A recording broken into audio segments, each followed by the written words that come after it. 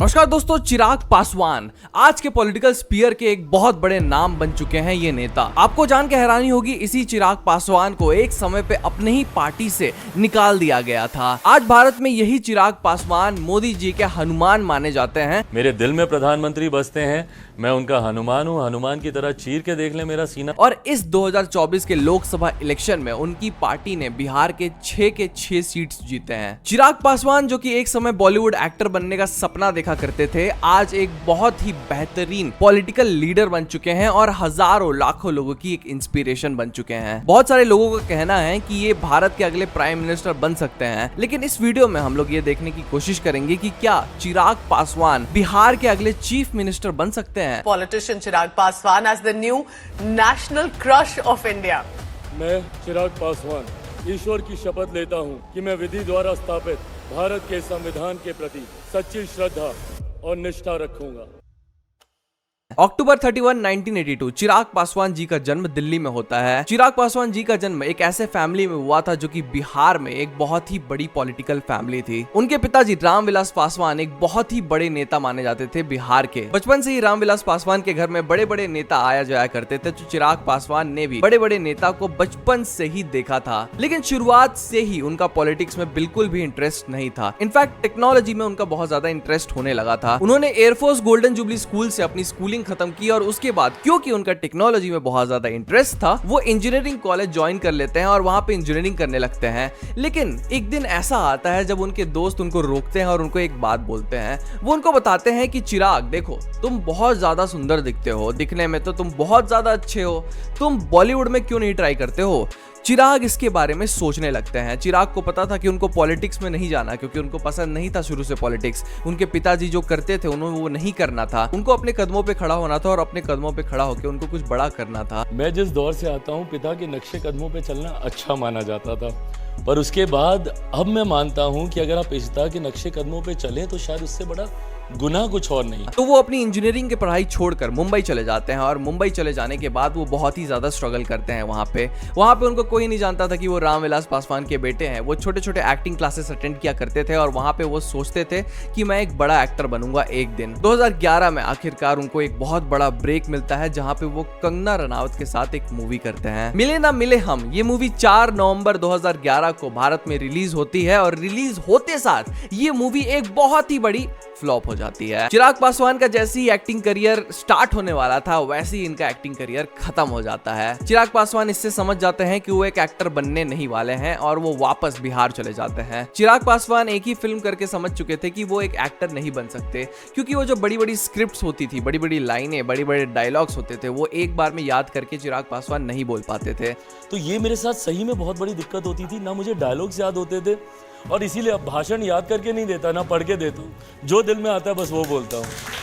तो वो वापस बिहार चले जाते हैं और वो बिहार के पॉलिटिकल स्फीयर में 2012 में पहली बार अपना कदम रखते हैं। लोक जनशक्ति पार्टी, जो कि उनकी पिताजी की पार्टी थी, वो उस पार्टी को ज्वाइन कर लेते हैं। अब क्योंकि उनके पिताजी ने प्लेइंग फील्ड पूरा साफ करके रखा था शुरुआत से ही, क्योंकि रामविलास पासवान जानते थे कि ये चिराग पासवान जो है वो वापस यहीं पे आएगा और पॉलिटिक्स ही करेगा, तो वो शुरू से ही अपने बेटे चिराग पासवान को लोक जनशक्ति पार्टी में एक बहुत बड़ा पद दे देते हैं। अब यहाँ से धीरे धीरे चिराग पासवान बिहार की पॉलिटिक्स को समझना शुरू करते हैं और उसके बाद 2014 में जब लोकसभा इलेक्शन हुए थे, तो वो पहली बार अपना इलेक्शन लड़ते हैं। 2014 में वो जमुई से इलेक्शन लड़ते हैं और वो उस इलेक्शन को जीत जाते हैं। तो वो अब एक पार्लियामेंट के मेंबर बन जाते हैं और इसके बाद उनका पॉलिटिकल कद और भी ज्यादा ऊंचा हो जाता है पार्टी में। लेकिन बहुत सारे लोग इस बात से खुश नहीं थे।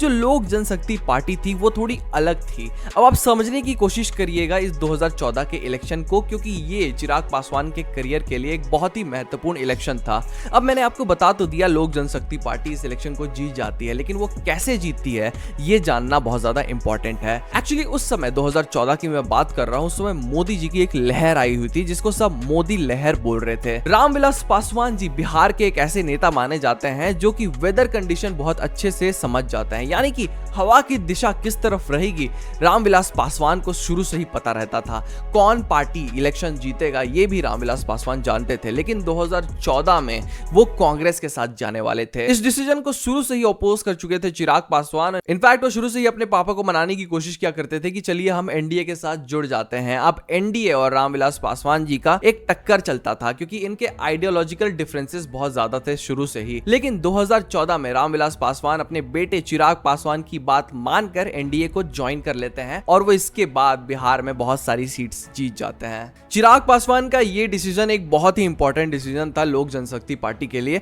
क्योंकि इसके बाद लोक जनशक्ति पार्टी बिहार में बहुत ही ज्यादा स्ट्रांग होने लगती है। लेकिन इस डिसीजन से, जैसे मैंने पहले बताया, बहुत सारे पॉलिटिकल लीडर्स जो लोक जनशक्ति पार्टी के ही थे वो बहुत ज्यादा खुश नहीं थे। अब आप समझने की कोशिश करिएगा, बहुत सारे ऐसे पॉलिटिकल लीडर्स होते हैं जो बहुत ज्यादा एजेड होते हैं, यानी कि उम्र में बहुत ज्यादा होते हैं वो, तो उनको एक्सपीरियंस भी पॉलिटिक्स का बहुत ज्यादा रहता है। अब आप सोच के देखिए, आपकी ही फील्ड में एक कोई नया बंदा आके आपकी जगह ले लेगा, कैसे लगेगा आपको? ऐसा ही कुछ लोक जनशक्ति पार्टी के मेंबर्स को लगता था, लेकिन बहुत सालों तक वो चुप रहे थे।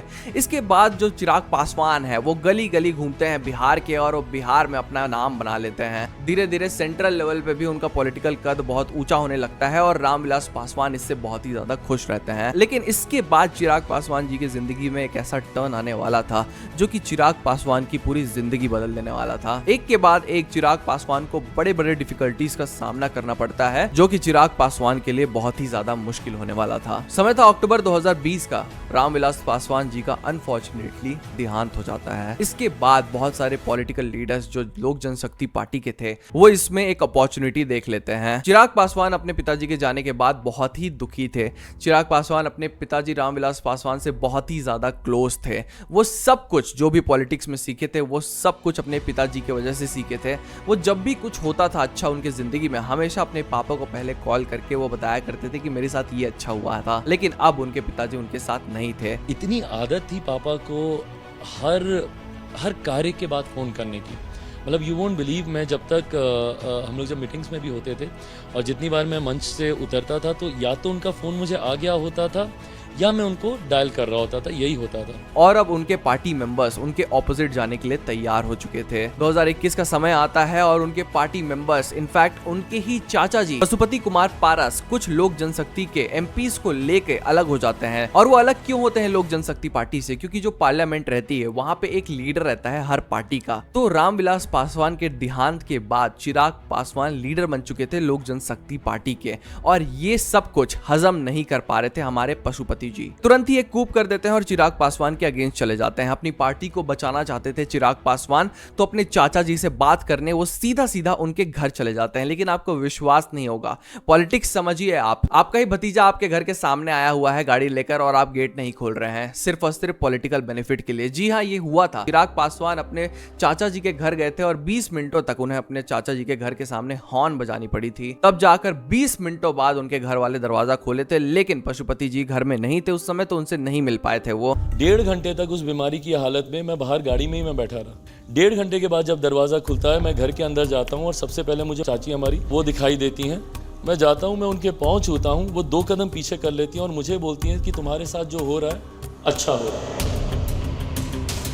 अब इसके बाद election commission of India beach में एंट्री मारता है और ये जो इलेक्शन सिंबल रहता है लोक जनशक्ति पार्टी का, इसे सीज कर लेता है, यानी कि इसे फ्रीज कर देता है। अब अलग अलग सिंबल्स चुनने पड़ते हैं दोनों पार्टीज को। इस लड़ाई के बाद जो लोक जनशक्ति पार्टी थी उसके 2 भाग हो जाते हैं। एक होता है लोक जनशक्ति पार्टी रामविलास पासवान, जो कि चिराग पासवान लीड कर रहे थे, और दूसरी तरफ होती है राष्ट्रीय लोक जनशक्ति पार्टी, जो कि पशुपति जी लीड किया करते थे। यानी कि आप देखिए 2020 में उनके पिताजी का देहांत हुआ और इसके तुरंत बाद ही उनसे उनकी ही पार्टी छीनने की कोशिश की गई। चिराग पासवान को उनके ही घर से निकाल के फेंक दिया गया था और उन्हें दूसरे घर में शिफ्ट भी होना पड़ा था। इसके बाद ना उनके पास उनके पार्टी का सपोर्ट बचा था और ना ही कोई भी उनके पास बचा था। कुछ एमपीज जो उनके साथ थे, उन्होंने उनके साथ मिलकर एक नई पार्टी का निर्माण किया और बिहार में डेवलपमेंट की राह पर फिर से चलने लगे। चिराग पासवान की जिंदगी में ये वन ऑफ द लोएस्ट समय था, क्योंकि इस समय उनके पास कुछ भी नहीं बचा था, लेकिन उनके पास एक आस थी। एक ऐसी आस थी जो कि उनको एक दिन एक बहुत बड़ा आदमी बना बनाने वाली थी। चिराग पासवान इसके बाद अपनी पार्टी को रीऑर्गेनाइज करते हैं और इसके बाद फिर से वो एनडीए के साथ एक बहुत ही अच्छी तरीके से जुड़ जाते हैं। अब आज के दिन चिराग पासवान जी को नरेंद्र मोदी जी का हनुमान माना जाता है और ये क्यों माना जाता है ये मैं आपको बताता हूँ। 2020 की एक बात है जब एनडीए से अलग हो चुके थे चिराग पासवान, लोक जनशक्ति पार्टी अलग हो चुकी थी एनडीए से, और वो अलग इसलिए हुई थी क्योंकि वो नीतीश कुमार के अगेंस्ट जाना चाहती थी और नीतीश कुमार जी के अगेंस्ट जाते जाते वो एनडीए भी छोड़ना पड़ा था उनको। जब चिराग पासवान एनडीए छोड़े थे तो चिराग पासवान को एनडीए ने बोला था कि आप नरेंद्र मोदी जी का फोटो कहीं पे भी यूज नहीं कर सकते हैं। तब चिराग पासवान जी ने एक भाषण में बोला था कि जो नरेंद्र मोदी जी हैं वो उनके दिल में बसते हैं, उनको नरेंद्र मोदी जी का फोटो किसी भी पोस्टर में यूज करने की कोई भी जरूरत नहीं है। मेरे दिल में प्रधानमंत्री बसते हैं, मैं उनका हनुमान हूँ, हनुमान की तरह चीर के देख ले मेरा सीना, मेरे दिल में प्रधानमंत्री बसते हैं। तभी से चिराग पासवान जी को एनडीए और नरेंद्र मोदी जी का हनुमान माना जाने लगा। चिराग पासवान एक बार फिर से अपनी पार्टी को रिबिल्ड करना शुरू कर चुके थे। बिहार में फिर से एक बार वो कोने कोने जा रहे थे और बताने लग रहे थे लोगों को कि वो किस बारे में काम करना चाह रहे हैं। चिराग पासवान हमेशा डेवलपमेंट की बात क्या करते हैं। अब मैंने नीतीश कुमार के ऊपर भी एक वीडियो बनाई है, वो भी डेवलपमेंट के ऊपर बहुत ज्यादा बात करते हैं। इनफैक्ट जो पार्टी अलग हुई थी, जो पशुपति जी की जो पार्टी थी वो जो अलग हो चुकी थी, वो इनको एक बहुत ही बड़ा नाम दी थी जो कि उनको बोलती थी ये डेवलपमेंट के बंदे हैं नीतीश कुमार, और वो इसीलिए छोड़ी थी चिराग पासवान जी को क्योंकि वो डेवलपमेंट की तरफ नहीं देख रहे थे। लेकिन ये बिल्कुल भी सच नहीं है। दोनों जो बड़े लीडर्स हैं नीतीश कुमार और चिराग पासवान, ये दोनों बिहार के डेवलपमेंट के बारे में ही सोचते हैं। लेकिन चिराग पासवान एक बहुत बड़ा सवाल रखते हैं बिहार के लोगों के सामने कि जो नीतीश कुमार इतने सालों से बिहार में सीएम बन रखे हैं, आज भी बिहार के बहुत सारे लोगों को बाहर जाना पड़ता है काम ढूंढने के लिए। और आप सोच के देखिए, बिहार के ही बहुत सारे लोग बड़े बड़े पोजीशंस पे होते हैं। आईएएस के बड़े पोजीशंस हो जाएं, बड़े डॉक्टर्स हो जाएं, बड़े सर्जन्स हो जाएं,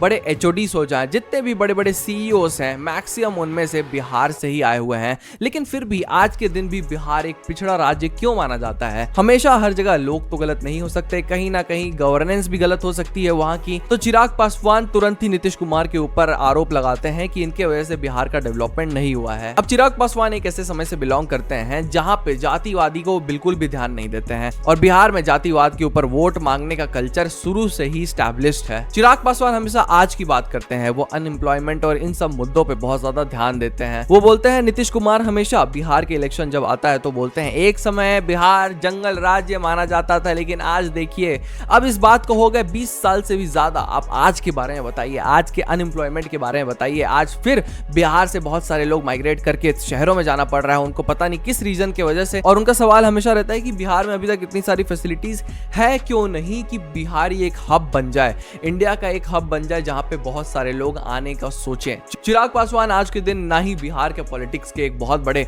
लीडर बन चुके हैं, बल्कि वो सेंट्रल लेवल पे भी उनका नाम बहुत ऊंचा हो चुका है। अभी हाल ही में उनको फूड इंडस्ट्री जो है वो उनकी मिनिस्ट्री दी गई है, जो कि चिराग पासवान के लिए एक बहुत ही बड़ी बात है। उनके पिताजी रामविलास पासवान जी भी कई समय तक एक मिनिस्टर थे और जो भी गवर्नमेंट आती थी वो एक मिनिस्टर का पद उसमें सिक्योर कर ही लेते थे।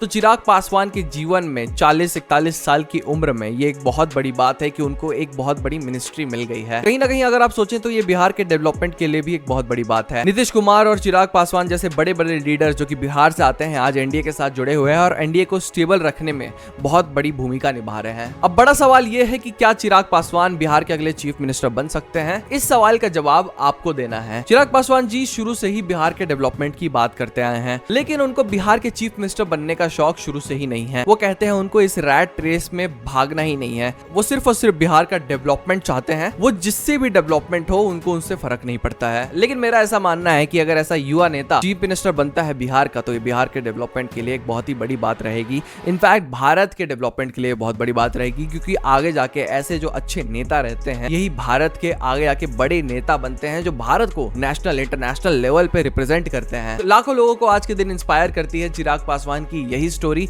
बिहार में एक बहुत बड़े नाम है चिराग पासवान। आई होप उनकी जिंदगी से आपको भी कुछ नया सीखने को मिला होगा। कुछ भी जो आप सीखे उनकी जिंदगी से हमें कमेंट सेक्शन में जरूर बताएं, और आपके फेवरेट पॉलिटिशियंस कौन है वो भी आप कमेंट सेक्शन में बताएं। उनके ऊपर भी हम पूरी की पूरी वीडियो बना देंगे। देखिए हम ऐसी वीडियोस बनाते रहते हैं, तो हमारे चैनल को सब्सक्राइब करके जाना मत भूलिएगा। आज की वीडियो में बस इतना ही, मिलते हैं अगले वीडियो में।